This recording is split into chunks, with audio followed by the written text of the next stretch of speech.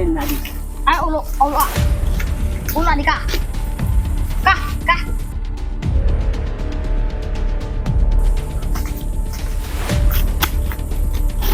Ano? Meron ka tabag mga kawal sa taas. Balot, meron dyan? Meron dyan? Oh, meron na dito mga kawal. Ah, malaki?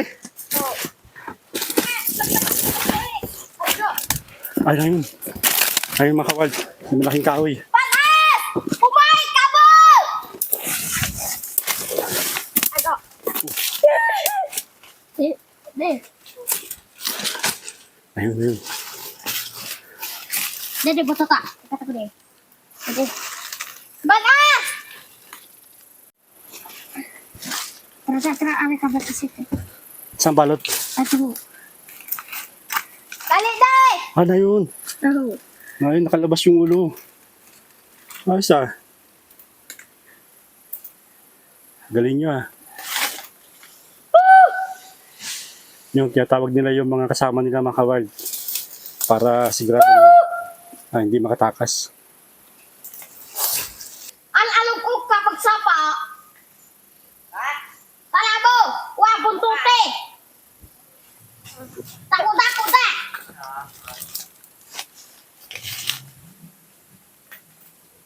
Amo. Ang hamo! Amo. Oh! Ako nga. Ay, ulo! Ano ito? Nagpulipit! Nagsalipit. Ulo ah! Ano din nadi. Ay, ulo ah! Ulo, di ka! Ka! Ano? Ano? Ang mati da. Maliit pa no? Daw, tagdali ka ulo ah! Daw. Ano siya? Ay, sa ulo. Tinang ka patoy. Lang, patukan! Oh! Ka! Aw, Sige. anong saon? Tinang ka patoy. Daga na ng bitis mo. Ako! Laban! Ito, laban na. Kapan naglaban na yun? Eh!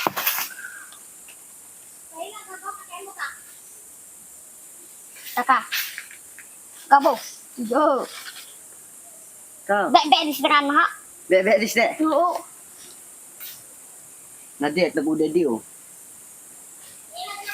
Talabu tara di dengan dia. Bakbakla. Oo. Pwede na yung gabihan, ano? Yun. Medyo maliit pa siya. Pero para sa kanila, pwede na to. Palagay mo ilang taon nang kayang kumain yan. Oh, Hindi mo alam. hindi. Ayos, napakaraming bayawak dito mga kawal sa lugar nila. Kasi tignan mo naman kung gaano kalaki. Yung punong kahoy dito, yan sa likod. Talagang lalaki. Nasa taas tayo ng bundok. Kahit araw-araw sila naghahunt ng mga bayawak, pero hindi nauubos yung bayawak kasi siguro yun yung inilaan ng langit para ibigay sa kanila na pagkain nila. Ako din. Yun. Ayos, galing mga kawad. Napakaraming wild animal dito sa lugar na ito mga kawad. Pag ito kag di o igipin sa mga nila. Naguyo din nadi. Araw-araw ba kayo nakahuli ng ganyan? Oh, Araw-araw. Gaano kalaki ang pinakamalaking nahuli mo ng bayawak? mayata po yan. 5 kilo? Malaki. Malaki na yun. Anong kalimitang luto nyo ng bayawak? Yung mumay. Yung ginagataan po tapos yung Ginagataan? tapos yung sinisili-sili yan. May sili. Oh. Ayos na. Ah. Pero kahit araw-araw kayo nangguhuli ng bayawak, di nauubos ano. Ibig sabihin, mabilis dumami ang bayawak. Kaya mayang umpok mo. Ay, kapatid ka. Pangatlo. Oo, papi. Sige.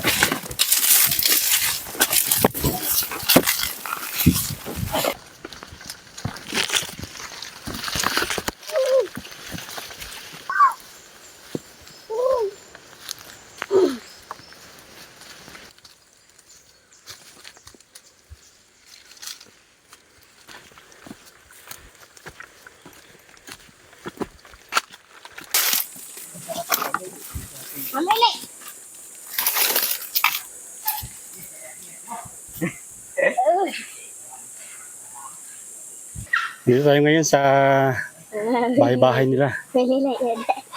Pagod. Dahil yung pinuntahan natin yung sa itaas ng bundok at dito sila ngayon nag-i-stay kasi yung may-ari ng lupa nagpapakupra sa kanila. Yun yung isa sa income nila para magkaroon sila ng pera na pambili nila ng mga pangangailangan. Ibig sabihin, pag may bigas, akit ulit kayo dito. Paano ang nyo, pang-ulam? Yung mga ano po. Mga nakukuha lang dito sa bundok. Anong mga hinahanap dito sa bundok na pang-ulam dito? Yung mga nanguhuli din po ng mga ibon. Mga ibon. Tapos po yung mga bayawak po. Ayun. Ibig sabihin, bigas lang yung binibili nyo sa baba, akit na kayo. Tapos yung pang-ulam nyo, hahanapin na lang dito. Oo. Ayun. Maghanap na lang po ng mga pang-ulam. Ayos ah. Kaya pala sanay na sila dito mga Howard. Alam nila kung ano yung gagawin nila para makasurvive sila. Akit sila sa bundok, bigas lang yung dala nila. Yung pang-ulam nila, dito na lang kukunin sa bundok. Bahala na kung ano yung ibigay sa kanila ng kalikasan, kung ibon o bayawak. Nakain din ba kayo ng ahas? Hindi. Yung sawa na lang. Sawa lang. Oo. Yung sawa, kinukuha din ninyo yun. Oo. Naghahanap ng pang.